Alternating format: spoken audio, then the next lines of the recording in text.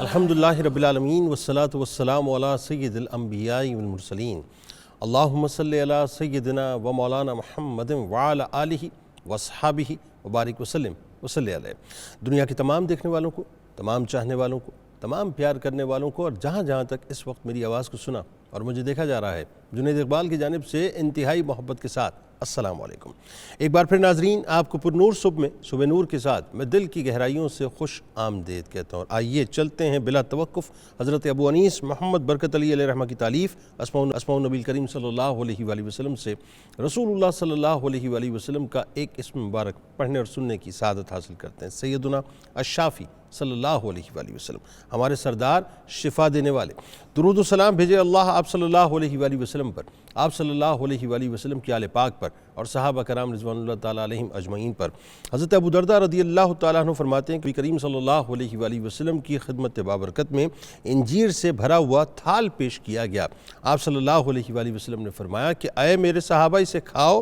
ہم نے اس میں سے کھایا، اور پھر آپ صلی اللہ علیہ وآلہ وسلم نے ارشاد فرمایا کہ بلا شبہ یہ جنت کا میوہ ہے، اس میں سے کھاؤ کیونکہ یہ متعدد امراض میں علاج ہے اور خصوصاً گنٹھیا یعنی جوڑوں کے درد میں مفید ہے۔ آج کا پروگرام ناظرین انتہائی انٹرسٹنگ ہے، کیونکہ آج انشاءاللہ علاج معالجے پر اور اسلامی تعلیمات پہ ہم بات کریں گے۔ بہت سی کنفیوژنز ہیں جو انشاءاللہ آج دور ہوں گی۔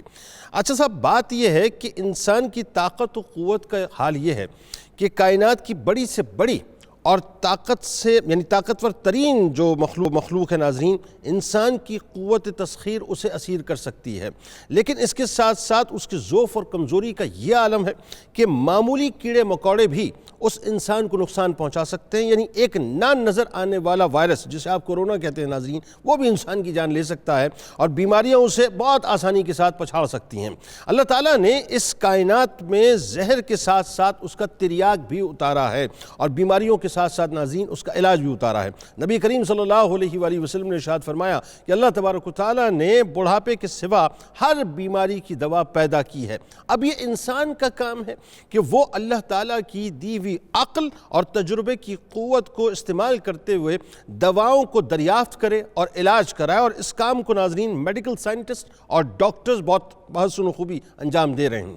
بعض لوگ ناظرین علاج کرانے کو اللہ پر توکل کے خلاف سمجھتے ہیں، بڑی ایک کنفیوژن ہے، جبکہ یہ ایک بہت بڑا واضح فارمولہ ہے کہ کسی شے کو حاصل کرنے کے لیے اس کے اسباب کو حاصل کرنے کے بعد اس کے نتیجے کو اللہ پر چھوڑ دینا ہی توکل ہے، نہ کہ اسباب کو بھی چھوڑ دیا جائے۔ جس طرح ناظرین بھوک پیاس مٹانے کے لیے کھانا پینا، روزی کمانا اور مشکلات میں اللہ تبارک و تعالیٰ سے دعا کرنا توکل کے خلاف نہیں ہے، اسی طرح سے بیماریوں کا علاج کرانا توکل کے منافی نہیں ہے، بلکہ سرکار دو عالم صلی اللہ علیہ وآلہ وسلم کی سنت سے بھی ثابت ہے۔ اور سرکار علیہ السلام نے بیماری میں اپنے صحابہ کو علاج کرانے کے لیے باقاعدہ موٹیویٹ کیا ہے۔ ایک مومن کا یقین ہوتا ہے کہ خوشی و غم، مسرت و رنج، دکھ و سکھ، خوشحالی و تنگی، صحت و بیماری، توانائی و ضعف دینے والی ذات صرف اور صرف اللہ کی ہے۔ اسی طرح ناظرین دنیا اسباب و علل کی ہے، اور اسباب و علل کو انسان تک پہنچانے اور پھر اسے مؤثر کرنے والی ذات بھی صرف اور صرف اللہ تبارک و تعالیٰ کی ہے۔ یہ یقین ایمان کا جز اور تقدیر پر ایمان لانے کا ناظرین لازمی حصہ ہے۔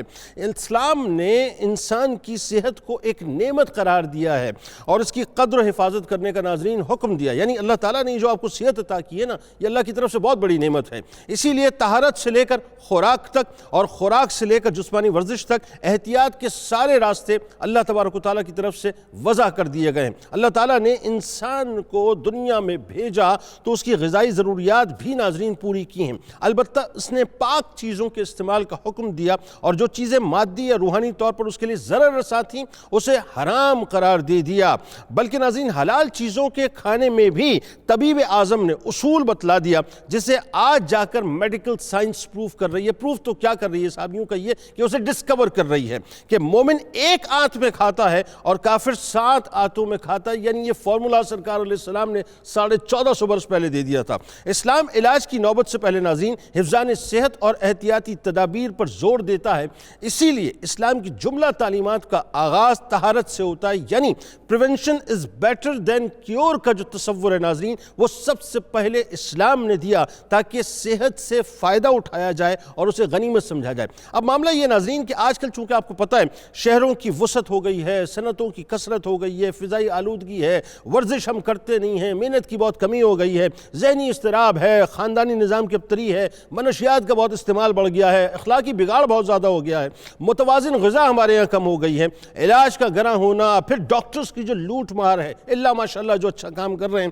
تو اور ساتھ ساتھ ناظرین جو غلط منصوبہ بندی ہے وہ یہ چند اہم بڑے مسئلے ہیں جن کی وجہ سے طرح طرح کے امراض پیدا ہو رہے ہیں اور ہزار کوششوں کے باوجود اس پر قابو نہیں پایا جا سک رہا۔ معاملہ یہ جس طرح اللہ تعالیٰ کی مشیت سے امراض ناظرین پائے جاتے ہیں اسی طرح سے اس نے علاج کے لیے دوائیں بھی پیدا کی ہیں اور اختیار ظاہر ہے مطلب ہمیں دیا ہے اور تاکید کی ہے کہ ہم اس کا استعمال کریں۔ قرآن پاک میں ظاہر حضرت ابراہیم علیہ السلام کے جملے بڑے واضح ہیں کہ وَإِذَا مَرِضْتُ فَهُوَ يَشْفِينِ، یعنی وہ جب میں بیمار ہوتا ہوں تو وہی مجھے شفا دیتا ہے۔ اور نبی کریم صلی اللہ علیہ وآلہ وسلم نے فرمایا کہ اللہ نے ایسی کوئی بیماری نہیں اتاری ہے جس کی شفا نازل نہ فرمائی ہو۔ ایک اور حدیث میں ناظرین کہ ہر بیماری کی دوا ہے، جب وہ انسان کے جسم میں پہنچتی ہے تو مریض اللہ تعالیٰ کے اذن سے شفا یاب ہو جاتا ہے۔ بس معاملہ یہ ہے کہ اسلام یہ چاہتا ہے کہ ہم ظاہری اسباب کو بھی اختیار کریں اور بھروسہ اللہ کی ذات پہ کریں۔ دوا انسان کو شفا نہیں دیتی، حکم اللہ کا ہوتا ہے تو شفا ملتی ہے، لیکن ظاہری اسباب کو ہمیں ضرور اختیار کرنا چاہیے۔ آغاز کرتے ہیں ناظرین، آج 3 شخصیات ہمارے ساتھ بڑی ریلیونٹ شخصیات موجود ہیں۔ پہلی شخصیت ممتاز عالم دین محترم جناب مفتی خلیل احمد یوسفی صاحب ہمارے ساتھ موجود ہیں۔ دوسری شخصیت ممتاز ڈاکٹر جناب ڈاکٹر سید عمران مرتضیٰ صاحب ہمارے ساتھ موجود ہیں۔ تیسری شخصیت ممتاز ڈاکٹر جناب ڈاکٹر جمیل مہروی صاحب ہمارے ساتھ موجود ہیں۔ تینوں احباب کو السلام علیکم، خوش آمدید۔ آغاز کرتے ہیں سب سے پہلے مفتی صاحب آپ سے، یہ بتائیے یہ جو ہمارے یہاں ایک تصور ہے بیماری کے حوالے سے کہ ہمیں علاج نہیں کرانا چاہیے، اللہ پر توکل کرنا چاہیے، اور جو اللہ پر توکل نہیں کرتا معاذ اللہ اس کا ایمان کمزور ہے، اس پہ آگے جا کے ہمیں بات کرنی ہے اور یہ بڑی اہم ترین بات ہے۔ لیکن اس سے پہلے جو بیماری کی صورتحال ہے، اب ظاہر ہے ایک انسان بیمار ہو گیا تو اسے علاج کرانا چاہیے، اس علاج کے کرانے کے حوالے سے قرآن و حدیث ہمیں کیا بتلاتے ہیں؟ یہاں سے آغاز۔ بسم اللہ والصلاۃ والسلام علی رسول اللہ۔ پیارے جنید بھائی، بہت ہی اہم موضوع ہے آج کا۔ سب سے پہلے تو ناظرین کرام کے لیے جاننا بہت ضروری ہے کہ بیماری 2 طرز کی ہوتی ہے، ایک جسمانی ایک روحانی، تو علاج بھی 2 طرز کا ہوا، ایک جسمانی ایک روحانی۔ ٹھیک ہے۔ قرآن مجید نے دونوں طرز کے علاج کو بیان فرمایا۔ حضور صلی اللہ تعالیٰ علیہ وسلم نے صحابہ کرام رضوان اللہ تعالیٰ علیہ مجمعین کو آیات قرآنیہ پڑھ کے سنائیں کہ جس کا دل بیمار ہو جائے وہ کیا کرے۔ فرمایا الذین آمنوا وتطمئن قلوبہم بذکر اللہ الا بذکر اللہ تطمئن القلوب، کہ جب دل مردہ ہو جائے تو وہ اللہ کے ذکر سے زندہ ہو جاتا۔ پھر نبی صلی اللہ تعالیٰ علیہ وسلم نے قرآن مجید کی ظاہری کیفیت کو بیان فرمایا۔ فرمایا وَنُنَزِّلُ مِنَ الْقُرْآنِ مَا هُوَ شِفَاءٌ وَرَحْمَةٌ لِّلْمُؤْمِنِينَ، کہ ہم نے قرآن مجید کو نازل فرمایا، یہ شفا ہے اور رحمت ہے ایمان والوں کے لیے، ظاہری بھی رحمت ہے، باطنی بھی رحمت ہے۔ اس سے اللہ تبارک و تعالیٰ انسان کی روحانی قوت بھی پیدا فرما دیتا ہے اور جسمانی بیماریاں بھی ختم فرما دیتا ہے۔ واہ سبحان اللہ۔ پھر نبی اکرم شفیع معظم صلی اللہ تعالیٰ علیہ وسلم نے خود بھی علالت کے دنوں میں اور صحابہ کرام رضوان اللہ تعالیٰ علیہ مجمعین کو بھی ان کی علالتوں کے دنوں میں علاج کی طرف متوجہ کیا اور بتایا کہ یہ کام کرو تو تمہیں شفا ملے گی۔ حدیث شریف میں آتا ہے ایک بندہ حضور پاک صلی اللہ علیہ وسلم کی بارگاہ میں حاضر ہوا اور اس نے اپنے بھائی کے بارے میں بتایا کہ وہ کافی دنوں سے بیمار ہے، اس کا پیٹ خراب ہے۔ تو آقا کریم صلی اللہ تعالیٰ علیہ وسلم نے فرمایا اس کو شہد پلاؤ۔ ٹھیک ہے۔ پھر آیا کہنے لگا حضور صلی اللہ علیہ وسلم وہ تو مرض اور تیز ہو گیا۔ پھر فرمایا شہد پلاؤ۔ پھر تیسری بار کہا، 3 بار کے بعد بھی جب اس کو شفا نہیں ملی تو چوتھی بار عرض کرنے لگا تو آپ صلی اللہ علیہ وسلم نے بڑا کمال جملہ ارشاد فرمایا اللہ تعالیٰ تو ہمیشہ سچ فرماتا ہے، یہ بیماری اس کے اندر موجود ہے جو صحیح ہونے نہیں دے رہی۔ اس کی محدثین نے وضاحت فرمائی کہ پہلی 3 دفعہ جو شہد کی وجہ سے شفا نہیں ہوئی تو ظاہراً نہیں ہوئی، لیکن شہد اندر سے کام کر رہا تھا، وہ بیماری کو جڑ سے ہٹا رہا تھا۔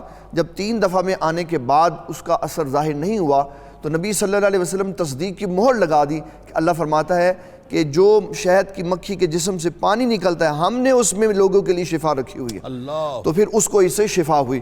پھر حضرت سیدنا جبرائیل علیہ السلام جب نبی صلی اللہ تعالیٰ علیہ وسلم کبھی کبھی آپ کے سر مبارک میں درد ہوتا تو حضرت جبرائیل علیہ السلام حاضر خدمت ہوتے اور عرض کرتے آقا کریم صلی اللہ تعالیٰ علیہ وسلم آپ کے سر میں درد ہے, اگر آپ ارشاد فرمائیں تو میں دم کر دوں. اس سے یہ بھی پتہ چلا کہ دم میں شفا ہے اور بیماری میں دم بھی کروایا جا سکتا ہے, یہ بھی شفا بخشتا ہے. اللہ. اور حضور صلی اللہ تعالیٰ علیہ وسلم آپ نے خود بھی اپنے اوپر دم فرمایا. ٹھیک ہے. آقا کریم صلی اللہ تعالیٰ علیہ وسلم جب رات آرام کے لیے لیٹا کرتے تو معوذتین پڑھ لیتے, دم فرما لیتے, تاکہ پتہ چلے کہ یہ امت کے لیے رہنمائی کا سبب ہے. ٹھیک. پھر دوسری سب سے اہم بات, حضور صلی اللہ تعالیٰ علیہ وسلم نے ان چیزوں کے ساتھ لوگوں کو اس لیے جوڑا ہے تاکہ آپ صلی اللہ علیہ وسلم لوگوں کو یہ سمجھا دیں کہ یہ اسباب ہیں, در حقیقت شفا اللہ تبارک و تعالیٰ کی طرف سے. اس میں نبی صلی اللہ علیہ وسلم نے مومن اور کافر کی بیماری میں فرق بیان کیا. فرمایا مومن بھی بیمار ہوتا ہے, کافر بھی بیمار ہوتا ہے. مومن جب بیمار ہوتا ہے تو اس کو مختلف طرز کے فوائد حاصل ہوتے ہیں. ٹھیک ہے. بیماری میں انسان سے کھایا نہیں جاتا تو نبی صلی اللہ علیہ وسلم نے فرمایا بیمار کے اوپر ظلم نہ کرو, زیادتی نہ کرو, خود کھلانے کی کوشش نہ کرو. فرمایا جب بیمار ہے تو جب تک بیمار رہے گا رب کائنات جل جلالہ خود اس کو کھلاتا پلاتا رہے گا. اور پھر فرمایا کہ جب مومن بیمار ہوتا ہے تو اللہ تبارک و تعالیٰ بیماری کی وجہ سے اس کے سارے گناہ معاف فرما دیتا ہے. لیکن کافر کی بیماری میں اس کو یہ نعمتیں نہیں ملتی. فرمایا کافر کا بیمار ہونا ایسے ہے جیسے ایک مالک نے اپنا اونٹ باندھ دیا پھر کھول دیا, اس کو پتہ نہیں مجھے باندھا کیوں, اس کو پتہ نہیں مجھے کھولا کیوں. لیکن ایمان کی وجہ سے ایمان والے کے اوپر جو بیماری مسلط ہوئی اللہ تعالیٰ جل جلالہ نے اس کے اوپر اس کو کثیر ثواب عطا فرمایا. اللہ. اچھا, یہ وَإِذَا مَرِضْتُ فَهُوَ يَشْفِينِ, یہ جو آیہ مبارکہ ہے, اور جب میں بیمار ہوتا ہوں تو وہ مجھے شفا دیتا ہے. بہت سے لوگ اس کی انٹرپریٹیشن یہ کرتے ہیں کہ چونکہ بیماری بھی اللہ کی طرف سے تو شفا بھی اللہ کی طرف سے مل جائے گی. یقیناً شفا اللہ کی طرف سے, لیکن بیچ میں جو ایک معاملہ ہے علاج معالجے کا, لوگ کہتے ہیں کہ توکل کے خلاف ہے. یعنی پہلے تو ذرا سا یہ ایک جملے میں ذرا سمجھا دیجئے تاکہ بات ہم آگے بڑھائیں کہ یہ جو کنسیپٹ ہے کہ جی مطلب چونکہ بیماری بھی اس کی طرف سے شفا بھی اس نے دینی ہے تو ہم نے دوائیں نہیں کرنی ہیں, جبکہ سرکار علیہ السلام کی تعلیمات ہمیں بالکل مختلف بتلا رہی ہیں. حضور صلی اللہ تعالیٰ علیہ وسلم نے یہ بھی سمجھایا ہے کہ انسان کا بھروسہ اللہ پہ ہونا چاہیے. توکل علی اللہ یہ انسان کی زندگی کا سب سے اہم جز ہے. لیکن اس کے باوجود اللہ تبارک و تعالیٰ جل جلالہ کے حبیب صلی اللہ علیہ وسلم نے علاج کرنے کی طرف متوجہ کروایا. بالکل ٹھیک ہے. اگر انسان علاج نہیں کروائے گا تو معاملات اس کی صحت کے بگڑتے چلے جائیں گے. پھر علاج میں بھی احتیاط بتا دی کہ آپ علاج کروائیں تو حلال چیزوں سے کرائیں, حرام سے علاج کروانے کی اجازت نہیں. اس پہ گفتگو کرتے ہیں اگلے فیز میں جب میں آپ کی طرف آؤں گا نا, تو یہ بڑی اہم ترین آپ بات کر رہے ہیں, کیونکہ بہت سے لوگ جو ہیں وہ علاج کے وقت حرام چیزوں کا بھی استعمال کرتے ہیں. اس کی اجازت شریعت دیتی ہے کہ نہیں. لیکن ایک بات جو اس پہ ڈاکٹر صاحب بڑی اہم ترین ہے وہ یہ کہ انسانی صحت کے لیے ظاہر ہے اسلام نے جو ایک پورا ایک سسٹم وضع کیا ہے جس میں طہارت کا نظام بھی ہے, جس میں مطہر خوراک کا بھی نظام ہے. ظاہر ہے یہ ایک پورا سسٹم ہے, کیا کھانا ہے, کیا نہیں کھانا ہے, کیا پینا ہے, کیا نہیں پینا ہے. اچھا, پھر prevention is better than cure, یہ جو آج ویسٹرن ورلڈ اس پورے نعرے کو لے کے چلتا ہے, یہ اصل تصور تو دیا ہی اسلام نے.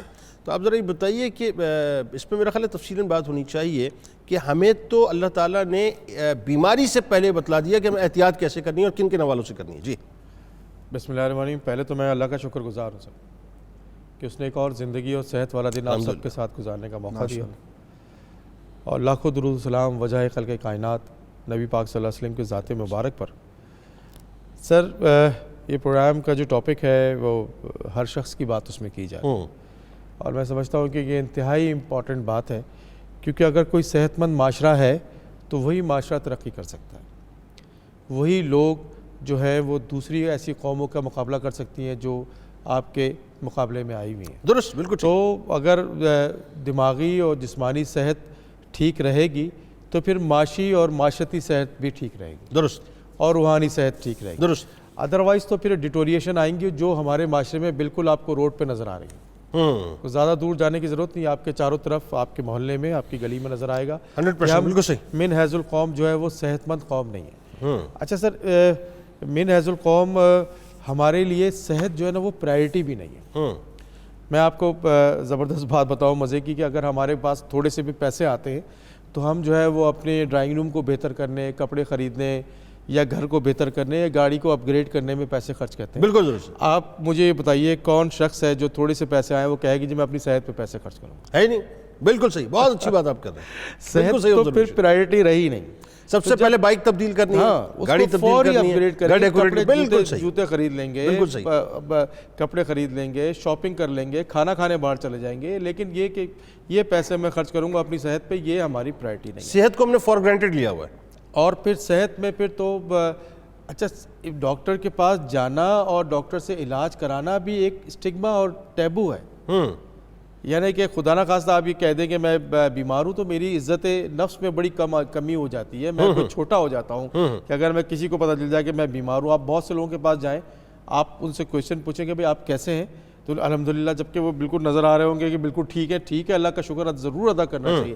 لیکن جب تک آپ بیماری کی طرف رجوع نہیں کریں گے, بیماری سے بچنے کے طریقوں کو نہیں سوچیں گے, آپ مجھے بتائیں کتنے لوگ ہیں کہ جو پریونشن, ابھی آپ نے بات کی prevention is better than cure, ہم اس پہ کبھی بات نہیں کرتے. میں یہ تو سمجھنا چاہ رہا ہوں آپ سے, سوال ہی میرا یہ بتائیے نا, یہ دیکھیں اتنی پریونشنز بتا دی اسلام نے. اچھا اب اللہ کے رسول نے جو پہلی بات کی ہے, اللہ کے رسول صلی اللہ علیہ وآلہ وسلم نے سب سے پہلی بات کی صفائی نفس ایمان ہے. ہاں اچھا یہ ایک ایسی بات ہے کہ جب بچپن سے پرائمری سے پڑھ رہے ہیں بھائی, اب نفس ایمان کا مطلب یہ ہے کہ آدھا اسلام یہ ہے کہ آدھا اسلام اس طرف ہے, آدھا اسلام اس طرف ہے, اور اس کی اتنی امپورٹنس ہے. آپ مجھے بتائیں کتنے پرسنٹ لوگ ہیں جو یہ ٹی وی پروگرام دیکھ رہے ہیں, مجھے بتائیں کھانے سے پہلے ہاتھ دھوتے ہیں, درست, کھانے کے بعد ہاتھ دھوتے ہیں. یہ تربیت ہی نہیں ہے بچوں کو, تربیت نہیں ہے. اچھا ایک طبقہ تو ایسا ہے جس کو یہ اس بات کے بارے میں پتہ ہی نہیں, نہ اس کو سمجھ ہے, جو ہمارا جو ورکنگ کلاس میں بہت سارے لوگ ہیں, بہت کم ہے.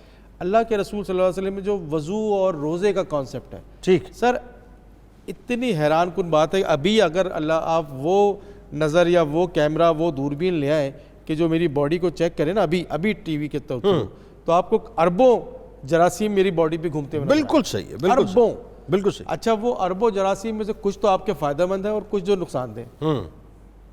لیکن جب دن میں آپ دیکھیے جو کرونا تھا, جب ایک دنیا کو اس نے الٹ کے رکھ دیا. بالکل ایسا 2 سال جو کچھ ہوا ہے اس دنیا کے ساتھ, میں تو کم از کم اپنی زندگی میں نے نہیں دیکھا, بالکل آپ نے بھی نہیں دیکھا ہوگا.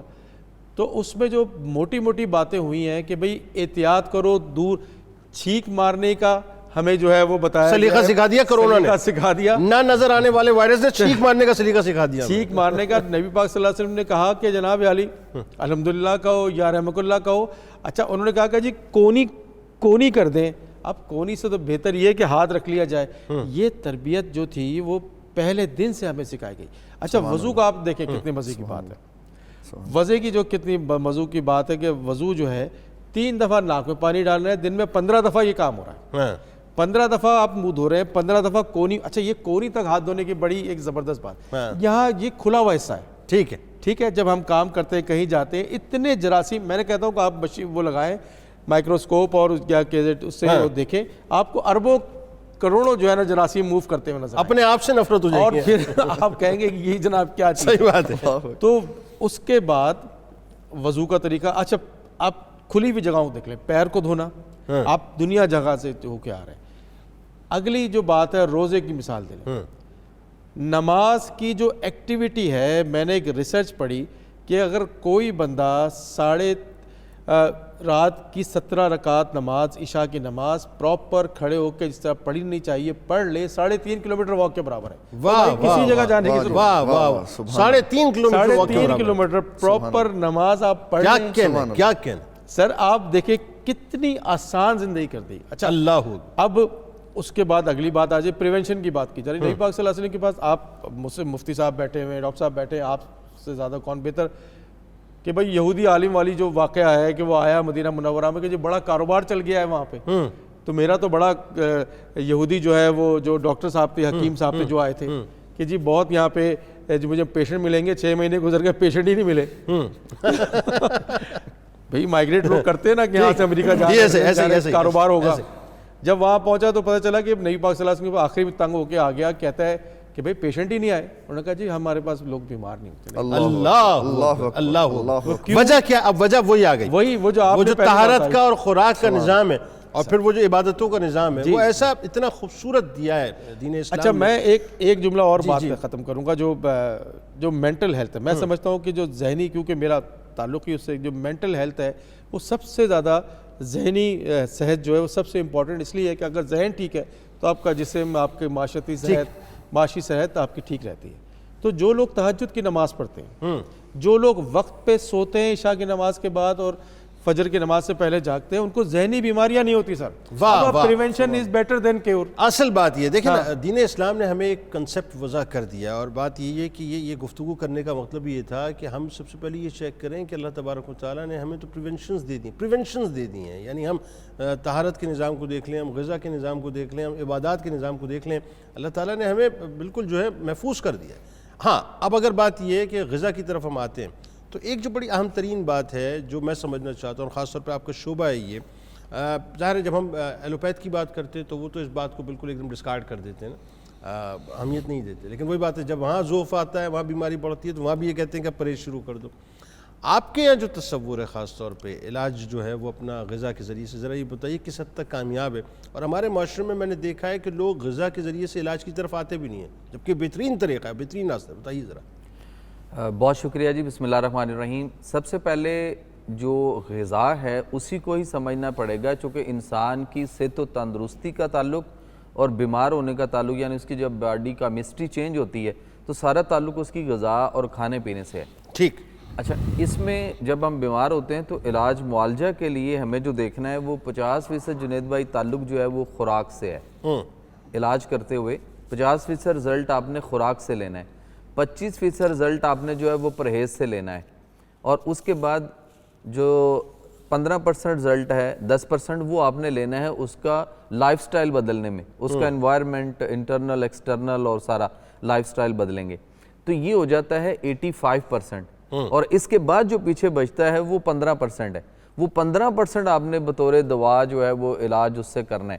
اگر ہم صرف دوائی کو ہی فوکس رکھیں گے تو 15% رزلٹ میں سے آپ کتنے نمبر لے لیں گے؟ 15 کے 15 بھی لے لیں تو وہ جو 85% رزلٹ آپ کے پاس لائف سٹائل بدلنے کا، پرہیز کا اور خوراک کا ہے، اگر وہ ہم 85% کو بالکل اگنور کر دیں گے تو پھر مریض یہی وجہ ہے کہ ٹھیک نہیں ہو رہے. اور غذا جو ہے اس کا اتنا اہم تعلق ہے کہ اب دیکھیں کہ انسان جو ہے اس کو 3 لائف آرگنز پہ اللہ تعالیٰ نے جو ہے نا وہ بیس کیا.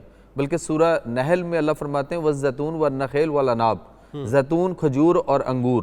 اور ان کا تعلق بھی انسان کی ان 3 لائف آرگنز پہ ہے جس کو ڈاکٹر صاحب بیٹھے ہیں. ایمبریالوجی میں ہم پڑھ چکے ہوئے ہیں کہ ایکٹوڈرمل، میزوڈرمل اور اینڈوڈرمل، جس کو قرآن میں اللہ نے جو ایمبریالوجی دی اس میں یہ فرمایا کہ 3 پرتوں میں 3 لیئرز میں اس کو رکھا. تو وہ جو 3 پرت 3 لیئرز ہیں 3 اندھیروں میں رکھا، ایکٹوڈرمل، میزوڈرمل اور اینڈوڈرمل. ایکٹوڈرمل جو ہے وہ انسان کا دماغ، برین، اور وہ پوری باڈی کے اعصاب بناتا ہے. اور دماغ جو اس کے بعد جو میزوڈرمل ہے وہ ہارٹ، دل بناتا ہے اور وہ پوری باڈی کے مسلز کو کریٹ کرتا ہے. اور اینڈوڈرمل جو ہے وہ پوری باڈی، وہ جگر بناتا ہے، لائف آرگن ہے، اور وہ تمام باڈی کے گلینڈز اور اس کو بناتا ہے. اور کہا جاتا ہے کہ ان 3 آرگنز پہ ہی سارا معاملہ سارا اسی پہ. اور یہ تینوں کی خوراک بھی الگ الگ ہے. ایک کا تعلق اعصاب سے ہے، دوسرا عضلات سے ہے، تیسرا غدود سے ہے. تو اس میں 3 خوراک کے گروپ ہیں. ہم اس وقت جو ہے وہ کسی ایک گروپ میں بہت زیادہ کثرت کیے ہوئے ہیں، دوسرے گروپ کو ہم شاید میڈیوکر، اور تیسرے کا ہمیں پتہ ہی نہیں. تو وہ جب خوراک ابھی آپ نے بات کی انٹرو میں کہ متوازن غذا ہونی چاہیے. متوازن غذا کیسے ہوگی؟ ایک بندہ جو بھی دن میں کوئی 15-20 مختلف چیزیں کھاتا ہے وہ سمجھتا ہے کہ یہی میری لیے مختلف ہیں اور متوازن ہو رہی ہیں. مثال کے طور پر وہ کہتا ہے آلو لیتا ہوں، گوبھی لیتا ہوں، مٹر لیتا ہوں، اس کے بعد وہ کہتا ہے میں چکن لیتا ہوں، انڈا لیتا ہوں، بریڈ لیتا ہوں، اس کے بعد نان لیتا ہوں اور روٹی لیتا ہوں. مختلف چیزوں کی جب وہ بات کرتا ہے تو وہ سمجھتا ہے دیکھیں جی میں مختلف چیزیں لے رہا ہوں، میں ڈائٹ بیلنس کر رہا ہوں. حالانکہ یہ جو میں نے چیزیں گنی ہیں یہ صرف ایک گروپ ہے. دوسرا گروپ کیا ہے؟ کدو ہے، ٹینڈے ہیں، گھیا توری ہے، مولی ہے، گاجر ہے، شلجم ہے، پیٹھا. سر 3 لائف آرگنز ہیں. ایک گروپ نے آپ کے دماغ کو بلغمی رطوبات پیدا کرنی ہے، ٹھیک ہے، اعصاب کی خوراک. دوسرا گروپ آپ کے دل کی عضلات کی خوراک جس نے آپ کو اس کو سودا دینا ہے. اور تیسرا جس نے آپ کے جگر کو صفرا بائل جو ہے وہ پروڈکٹ کر کے دینا ہے. تو اگر ہم تینوں گروپ کی خوراک کو تینوں جگہوں سے نہیں لیں گے تو پھر امبیلنسمنٹ ہوگی اور ہم کسی نہ کسی بیماری میں جائیں گے. یہ تصور تو ہے نہیں ہمارے یہاں. سر آئے گا کیسے کہ جب ہمارے ہاں تصور تو ہے نہیں ہمارے سر جب ہمارے ہاں غذا کا سبجیکٹ ہی نہیں پڑھایا جاتا. ہم جس اور یہ امپورٹنٹ ترین سبجیکٹ ہے یہ پوری دنیا میں آپ دیکھ لیں کہ ہمارے 3 طریقہ علاج جو ہیں وہ زیادہ تر جو فوکس کیے جاتے ہیں پاکستان میں بھی رجسٹرڈ ہے تینوں طریقہ علاج, ایلوپیتھک ہے, ہومیوپیتھک ہے اور اس کے بعد ہربل ہے. ایلوپیتھک سسٹم میں پورے کہیں بھی کوئی غذا کا کوئی سبجیکٹ نہیں پڑھایا جاتا. نہیں ہے, بالکل نہیں ہے. اچھا جو کتاب پڑھائی جاتی ہیں ان کے اندر بھی کہیں کوئی چیپٹر غذا کا کچھ بھی نہیں ہے. ہومیوپیتھک سسٹم میں بھی کچھ نہیں ہے. آ جا کے ہربل سسٹم بچتا ہے جس میں ایسٹرن میڈیسن جو ہے ابھی بیچلر ڈگری آ گئی جو ہمارے یونیورسٹیز میں ہو رہی ہیں ایف ایس سی کے بعد, اور اس کے بعد جو ہمارے طبیہ کالج ابھی بھی ہیں اور پہلے ہوا کرتے تھے ان میں پڑھایا جاتا ہے غذا کا سبجیکٹ. اور غذا جو ہے وہ اسی نے ہی انسان کو, مثال کے طور پہ آپ کو ٹھنڈ لگ رہی ہو, شیورنگ کر رہے ہیں تو آپ کو یخنی بہت اچھی ہے بالکل ٹھیک بنسبت اس کے کہ آپ کہیں کہ نہیں جی میں لاہور میں بیٹھا ہوں تو لاہور میں تو صبح یا پنجاب والے. اچھا میں آپ کو بتاؤں ڈاکٹر صاحب, یہ جو آپ بات کر رہے ہیں اس میں ہربلسٹ جو ہیں اس میں جو نباز ہوتے ہیں ہمارے یہاں تو اب نباز بھی ناپید ہو گئے ہیں. مطلب میں سر یہ 3 انگلیاں سر صرف بتاتی ہیں آپ کی کہ آپ کی نبض جو ہے اس کی تشخیص اور وہ کیا چل رہی ہے. یعنی وہ جو میں نے پہلے 3 بتائیں کہ آپ کے عضلاتی ہے, اعصابی ہیں یا غدی ہے, نبض چل رہی ہے اور کس تاریخ پہ چل رہی ہے اور اس کے مطابق اس میں کیا کراس ڈالنا ہے. اور آپ کا 85% علاج جو ہے وہ علاج بالغذا سے ہے, دوا سے نہیں ہے. کسی بھی طریقہ علاج کی دوائی ہو اس سے نہیں ہے. تو اصل جب تک ہم غذا پہ نہیں آئیں گے یا غذا کے سبجیکٹس کو نہیں رکھیں گے, معالج کے لیے غذا کا جاننا بہت ضروری ہے. بالکل ایسے ہی جیسے کہ ہماری گاڑیاں ہیں, ہمارے جہاز ہیں اور اس کے لیے کمپنی ہے جو بنا رہی ہیں, انجینئر ہیں جو اس کو ٹھیک کر رہے ہیں, لیکن اگر ان کو اس کے فیول کا نہ پتا ہو کہ اس میں کون سا پیٹرول ڈالنا ہے اور کس طرح کا ڈالنا ہے اور تو پھر ظاہری بات ہے. لیکن میرا خیال ہے اس پہ تو باقاعدہ الگ سے ہمیں ایک سیگمنٹ کرنا چاہیے کہ جس پہ ہم گفتگو کریں کہ کس کس مرض کا علاج کن کن غذاؤں کے ذریعے سے ممکن ہے. یہ بڑا انفارمیٹیو ہوگا. میرے پاس اس کے میں نے جو غذائی چارٹس ترتیب دی ہے نا مختلف بیماریوں کے, میرے پاس کوئی 56 مختلف بیماریوں کے غذائی چارٹس ہیں. اور جب میں کسی پیشنٹ کو وہ غذائی چارٹ دیتا ہوں, وہ غذائی چارٹ دیتا ہوں, بس ٹھیک ہو گیا. آپ کے کولیسٹرول, آپ کی ہارٹ پرابلم, آرٹریز بلاک, وال بلاکیج آپ کے جو ہیں وہ کھل سکتے ہیں. آج بھی آپ کو سٹینٹ ڈلوانے کی اور ہارٹ کے آپریشن کروانے کی, بائی پاس کی کوشش کریں گے. ڈاکٹر صاحب ابھی رمضان المبارک قریب ہے نا, تو یہ رمضان میں انشاءاللہ آپ کو جو ہے تھوڑا سا زحمت دیں گے تاکہ لوگوں تک یہ بات پہنچائیں کہ غذا کے ذریعے سے ناظرین علاج کیسے, یعنی 56 بیماریوں کا علاج آپ سمجھیے غذا سے ممکن ہے. اور ہمارے ہوتے یہ ہزاروں لاکھوں روپیہ لوگ دواؤں پہ لگا دیتے ہیں. ہمارے ساتھ رہیں, آئیے سرکار علیہ السلام کی بارگاہ میں درود پاک کا نذرانہ پیش کرتے ہیں. اور جب لوٹیں گے تو آپ کو ایک بات بتائیں گے کہ ہمارے یہاں یہ جو سوچ ہے, اب وہ بڑی اہم ترین بات ہے. بہت سے ایسے لوگ ہیں جو بیمار ہوتے ہیں اور وہی کہتے ہیں صاحب کہ علاج ہمیں کیا کروانا ہے. بھئی علاج اگر کروائیں گے تو خدا نخواستہ اللہ پر ہمارا جو توکل ہے وہ کمزور نہ ہو جائے. کیا اللہ پر توکل علاج کرانے سے کمزور ہو جاتا ہے, یا یہ بالکل دین اسلام ہے کہ ہمیں اللہ پر توکل کرتے ہوئے علاج کرانا چاہیے؟ کیا ہونا چاہیے, اس پہ گفتگو ہوگی انشاءاللہ. آپ سے ملاقات کرتے ہیں درود پاک کے بعد. میں آپ کو خوش آمدید کہتا ہوں. اور آج علاج معالجے پہ بات ہو رہی ہے اور اس اسلامی تعلیمات کے حوالے سے علاج معالجے کا جو تصور ہے اس پہ گفتگو کر رہے ہیں. لیکن آپ دیکھیں کتنا اہم ترین موضوع ہے. اسی حوالے سے آگے جا کے ایک بات ہم نے کرنی ہے اور وہ بڑی اہم ترین بات ہے. اور میرا خیال ہے کہ اس کے لیے میں گزارش کروں گا تمام ڈاکٹرز سے جو اس وقت اگر ہمیں دیکھ رہے ہیں تو تھوڑے وقت کے لیے ہمارے ساتھ رہیں, کیونکہ اللہ ماشاءاللہ میں حاشیہ لگا کے بات کر رہا ہوں, جو لوگ اچھا کام کر رہے ہیں, جو ڈیڈیکیشن سے کام کر رہے ہیں, جو اپنی سروسز دے رہے ہیں, جو اللہ کی رضا کے لیے کام کر رہے ہیں, جو انسانی بنیادوں پر انسانیت کی خدمت کر رہے ہیں, وہ تو خدمت کر رہے ہیں, اس پہ کوئی دوسری رائے نہیں ہے اور ان کو سلام تحسین ہے. لیکن ایک بہت بڑا طبقہ ہے جس پہ ابھی جا کے انشاءاللہ ہم آگے گفتگو کریں گے, جو کویکس ہیں, جو کویکری کر رہے ہیں, جو کہ جاتائی ڈاکٹرز ہیں, جن کو جو ہے کچھ بھی نہیں آتا لیکن وہ انسانی جانوں سے کھیل جایا کرتے ہیں چند ٹکوں کے لیے.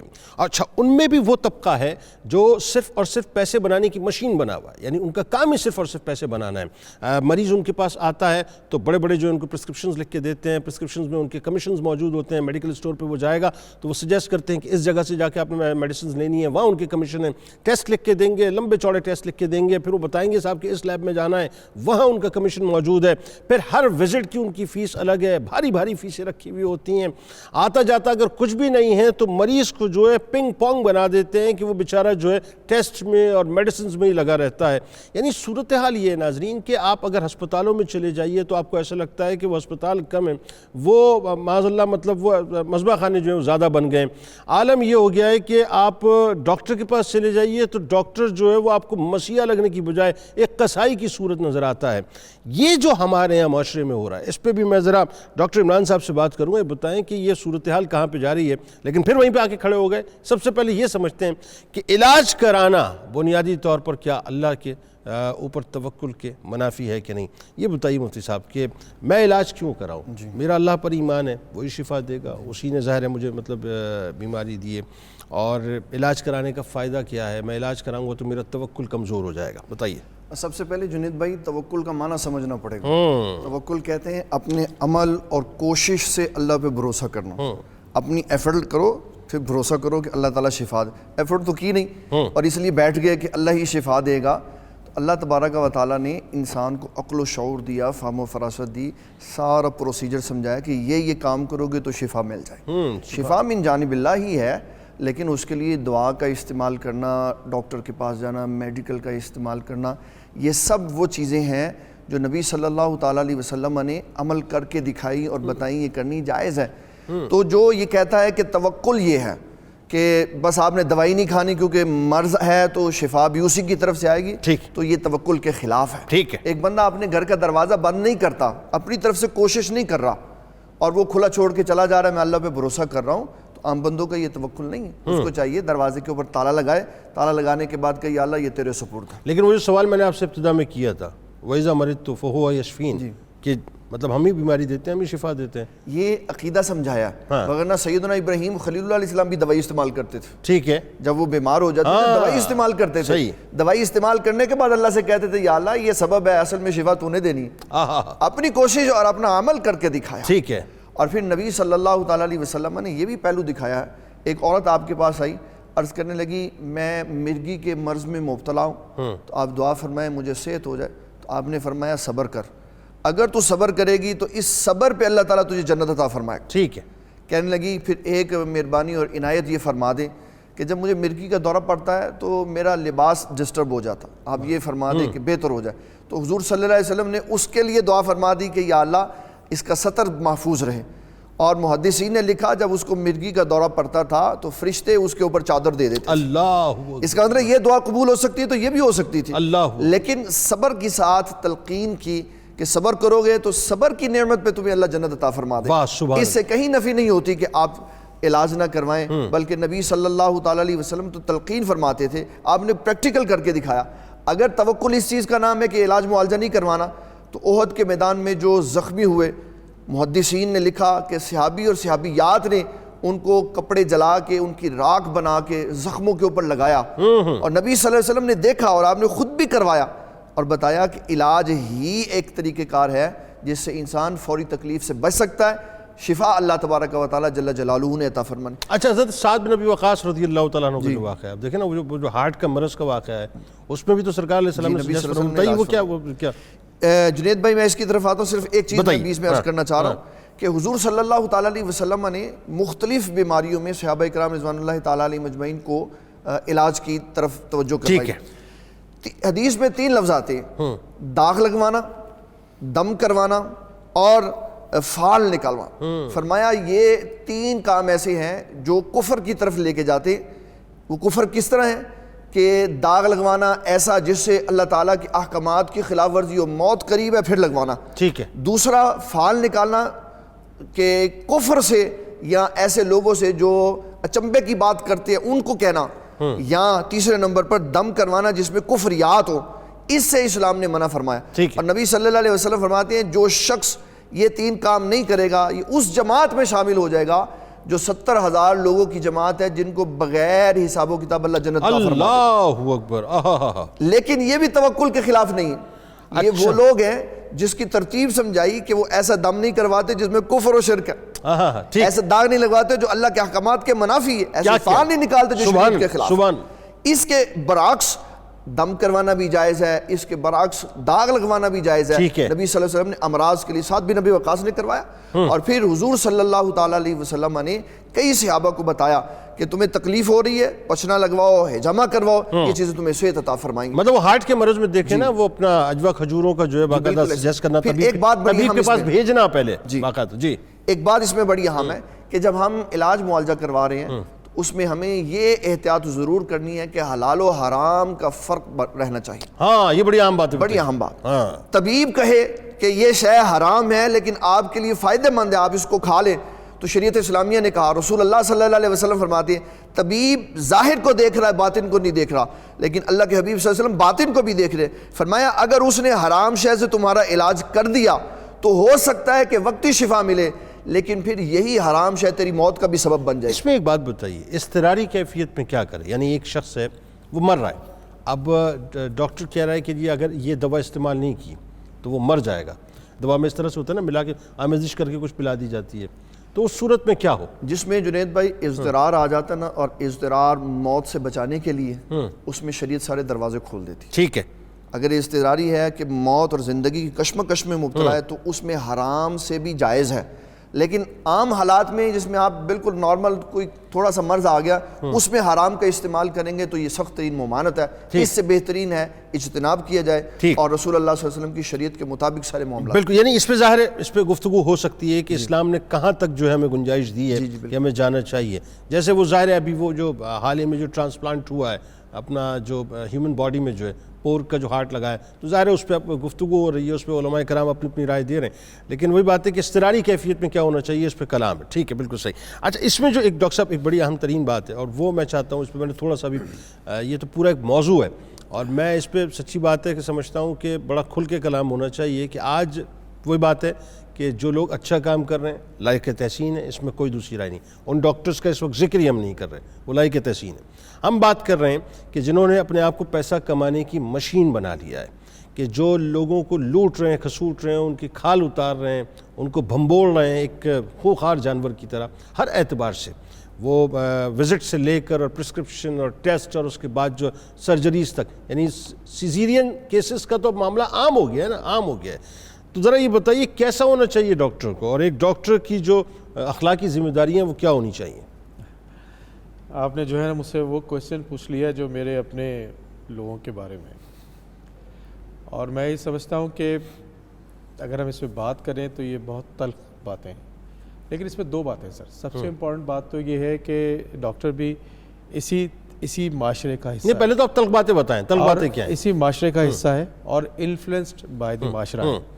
یہ معاشرہ جو ہے نا وہ ڈیٹوریٹ ہوتے جا رہا ہے. ٹھیک ہے, اور ڈیٹوریشن کی وجہ یہ ہے کہ جو مقابلے کی دوڑ ہے, یہ پیسے کی فراوانی ہے, اور حرام حلال کا کانسیپٹ ختم ہو گیا سر. جی, جب یہ حرام حلال کا کانسیپٹ ختم ہو گیا, بچپن سے ہمیں یہ تربیت یہ دی جانے لگی کہ تم پڑھو گے اور بڑے ڈاکٹر بنو گے یا انجینئر بنو گے یا جو بھی پوسٹ پہ جاؤ گے تو اس کا مقصد یہ ہے کہ تمہیں بہت سارا پیسہ ملے گا. یہ نہیں سکھایا جاتا کہ پڑھو گے, محنتی بنو گے اور اچھے انسان بنو گے تو تم چاہے ڈاکٹر ہو, چاہے کارپینٹر ہو, چاہے مالی ہو, تم اچھا کام کرو گے. یہ نہیں سکھایا جاتا. ہمیں سکھایا جاتا ہے کہ ساری محنت کرنے کی جو وجہ ہے اس کے پیچھے پیسہ ہے, پیسہ کمانا, اور پیسہ جو ہے وہ تمہارے ہر مسئلے کا حل ہے. درست.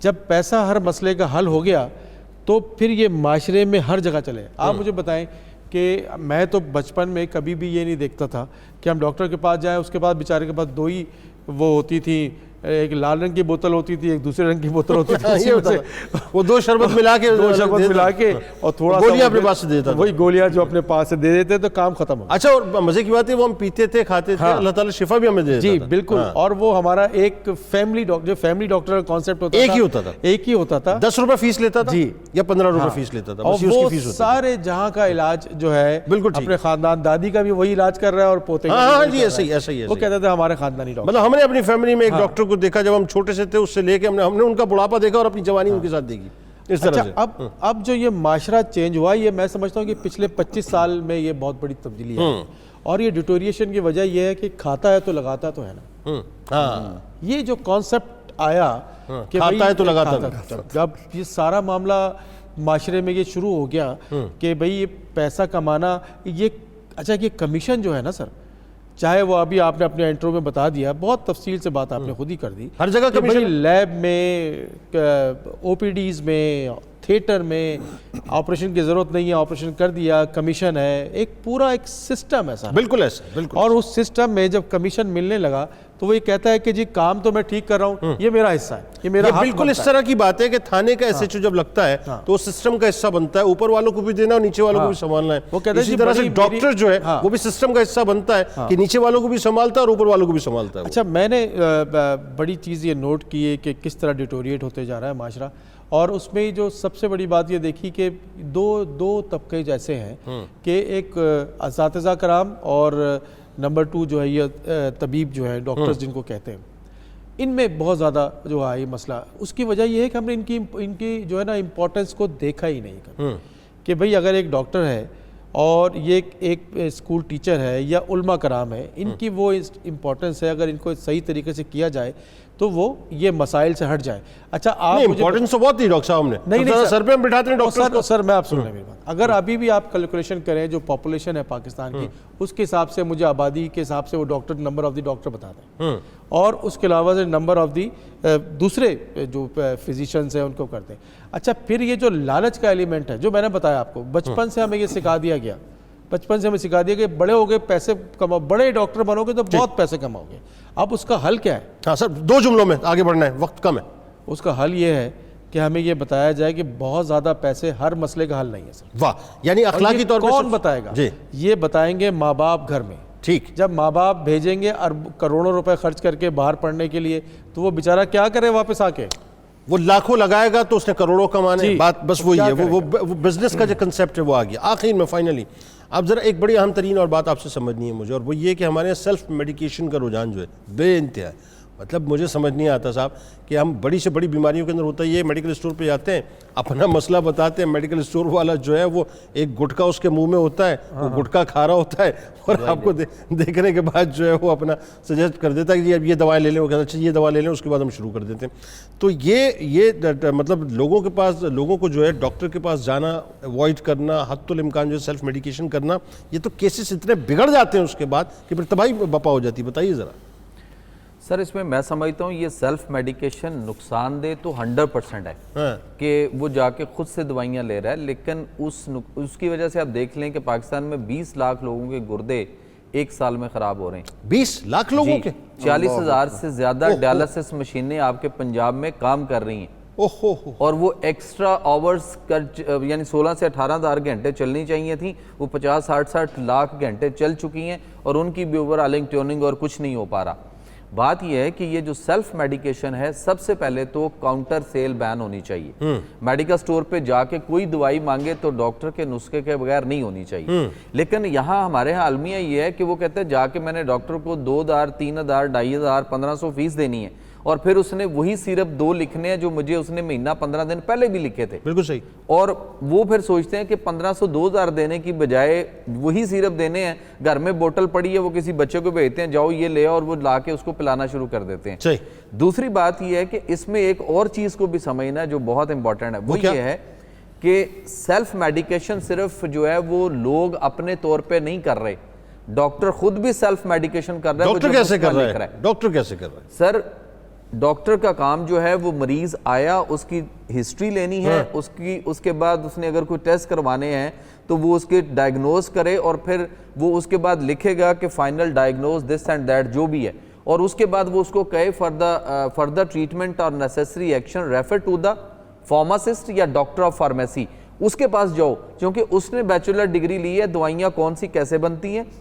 مطلب یہ کیا بات کر رہے ہیں آپ؟ میں سمجھ اس لیے نہیں پا رہا، یہ پاکستان میں ہم نے تو سنا ہی نہیں کبھی اس طرح. پوری دنیا میں یہ ہے نا، پاکستان میں نہیں سمجھیں گے تو. لیکن یہ پاکستان میں کیسے ہوگا مجھے بتائیے، ہم تو جب سے پیدا ہوئے میرا خیال ہے آپ دونوں اب آپ نے آج تک سنا نہیں ہوگا. سر فارماسسٹ موجود ہیں، ڈاکٹر آف فارمیسی کی ڈگری آ گئی ہے، پراپر بیچلر ڈگری ہے، وہ لوگ ڈگریاں لے کر گھروں میں یعنی آپ کی بات کو میں آسان کر کے اگر سمجھنے کی کوشش کروں کہ ڈاکٹر کا کام ہے ڈائگنوسٹک. جی ٹھیک ہے جی، دوائی اس نے ڈائگنوس کیا اور اپنا ایک اوپینین جو ہے وہ اس کے اوپر لکھ دیا، ایسا ہی ہے جی ایسا ہی. اچھا وہ فارماسسٹ کے پاس بھیجے گا، اب فارماسسٹ جو ہے وہ سجیسٹ کرے گا کہ ان کو اس ڈائگنوسٹک کی مطلب روشنی میں جو ہے یہ میڈیسنز دی جانی چاہیے، پھر وہ لکھے گا، اور وہ 1-2 پہ رہے گا، وہ 10 15 20 پہ نہیں جائے گا. سر یہاں تو کمپاؤنڈر ڈاکٹر کی سیٹ پہ بیٹھتا ہے، وہ ڈاکٹر بن کے وہ چیک کرتا ہے, وہ آپ کو دوائیں بھی دیتا ہے, وہ آپ کو آپریشن بھی کرتا ہے, وہ آپ کی سرجری بھی کرتا ہے. سر پھر اس ملک سے ہم بیماریاں کیسے نکالیں گے؟ ہائے اور صحیح بات کر رہے ہیں. دوسری بات یہ ہے کہ ہم نے صرف ایک ہی طریقہ علاج کو فوکس کیا ہوا ہے.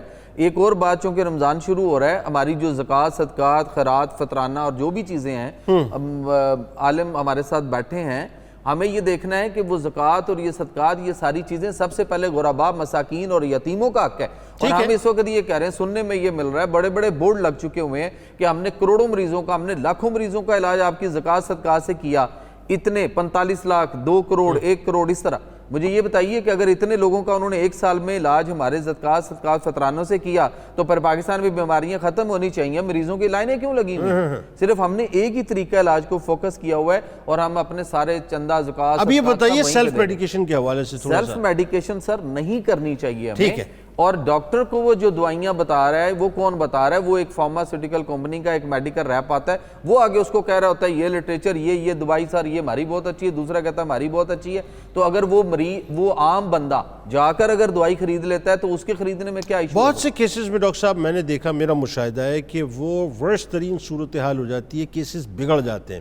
یعنی مثال کے طور پہ کہیں پین ہو رہا ہے, وہ سمجھ ہی نہیں پا رہے, وہ اندر ہی اندر ایک پھوڑا بنا ہوا ہے یا کوئی ایسی بات ہوئی بھی ہے, وہ پین کلر لے رہے ہیں, پتہ چلا بعد میں جا کے پتہ چلتا ہے وہ کینسر کی شکل اختیار سر. آپ کا پین کلر آپ کا ہیپیٹائٹس کر رہا ہے, آپ کا لیور سرائٹک کر رہا ہے, آپ کا جگر جو ہے جگر کو فیٹی کر رہا ہے. پین کلرز کی بات کر رہے ہیں, پین کلرز فیٹی کر رہا ہے. ڈاکٹر صاحب بیٹھے ہیں, گردے فیل ہو رہے ہیں, ڈاکٹر صاحب بیٹھے ہیں پین کلرز کی وجہ سے. اوہو, یعنی جو ہم جنرل مطلب ٹیبلٹس لے رہے ہوتے ہیں, ایون ڈاکٹر صاحب بیٹھے ہیں, آپ بتائیے کہ اس سے گردے فیل ہو رہے ہیں ڈاکٹر صاحب. جو لوگ وٹامنس کھا رہے ہیں, کیا وہ وٹامنس کھانے چاہیے ہمیں؟ اچھا وہ بہت زیادہ. اچھا وائٹامنس کا بتائیے, کیا یہ کیا کہہ رہے ہیں؟ جتنے وٹامنس ہیں, جتنے کیلشیم ہیں, یہ سارے کے سارے ہمارے گردوں میں جا کر ہمارے اس میں پتے کے اندر یہ ساری پتھریاں قائم کر رہے ہیں. ڈاکٹر صاحب آپ نے تو سچی بات ہے, اس وقت مجھے میں اس پہ تو ایک باقاعدہ پروگرام ہونا چاہیے, کیونکہ نارملی ہمارے یہاں آپ دیکھیے جو ڈائٹیشینز جو ہیں وہ سجیسٹ کرتے ہیں, اس میں وائٹامنس کی مطلب جو ہے وہ ٹیبلٹس سجیسٹ کر رہے ہوتے ہیں. قدرتی پھلوں میں جہاں اللہ نے ہمیں رکھی ہے. اور آپ کیا کہہ رہے ہیں, وائٹامنس کی جو ٹیبلٹس لے رہے ہیں اس سے نقصان ہے؟ سر 100% نقصان. آپ کے بلڈ کینسر پوری دنیا میں جتنا پھیلا, بلڈ ڈیزیز جتنی پھیلی, کیا کہہ رہے ہیں ڈاکٹر صاحب؟ وائٹ بلڈ سیل پھیلے, آپ کے ریڈ بلڈ سیل اوپر نیچے ہوئے, آپ کے پلیٹلیٹس کا مسئلہ ہوا, یہ سارا آپ کا سپلین کے جو ایشو ہیں, ڈاکٹر صاحب بیٹھے ہیں, پوچھ لیجئے کہ سپلین کے ایشوز جتنے بنے وہ سارے کے سارے اسی. بس ٹھیک ہے, انشاءاللہ اللہ آپ کو زندگی دے. انشاءاللہ آپ حضرات سے ظاہر ہے رمضان میں ملاقات ہوگی اپنی نواب سے انشاءاللہ, اور اس پہ گفتگو کریں گے. یہ ٹاپک سب میں نے سمجھ لیجئے کہ اپنی میموری میں جو سیو کر لیے ہیں, انشاءاللہ اس پہ گفتگو کریں گے. یہ بڑے انٹرسٹنگ ٹاپکس ہیں اور بڑے انفارمیٹیو ہیں. آپ تینوں کا بہت شکریہ, آپ تشریف لائے. کتاب الشفا کی جانب چلتے ہیں جناب, اور زیتون کے فوائد آپ کو بتلاتے ہیں. حضور نبی کریم صلی اللہ علیہ وآلہ وسلم نے فرمایا کہ زیتون کھایا کرو اور اس کے تیل سے مالش کیا کرو.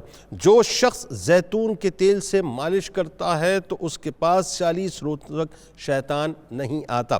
امیر المومنین حضرت عمر فاروق رضی اللہ تعالیٰ عنہ کا بڑا کمال قول مبارک ہے کہ کم بولنا حکمت, کم کھانا صحت اور کم سونا عبادت ہے. روزنامہ 92 نیوز میں آج مضمون ضرور پڑھیے گا معالجہ اور اسلامی تعلیمات کے حوالے سے. ٹویٹر پہ ہمیں ضرور فالو کیجیے, فیس بک پیج کو لائک کیجیے گا, یوٹیوب چینل کو سبسکرائب کر کے بیل آئیکن کو ضرور کلک کیجیے گا. آپ وہاں موجود ہیں, ہم یہاں موجود ہیں, مل کے نعرہ لگائیں گے, لیکن اس سے پہلے تجدید وفا. لا یؤمن احدکم حتی اکون احب الیہ من والدہ وولدہ والناس اجمعین. اللہ تعالیٰ آپ کا, ہمارا, ہم سب کا, پاکستان کا اور امت مسلمہ کا حامی و ناصر. آمین. پاکستان کا مطلب کیا؟ لا الہ الا اللہ.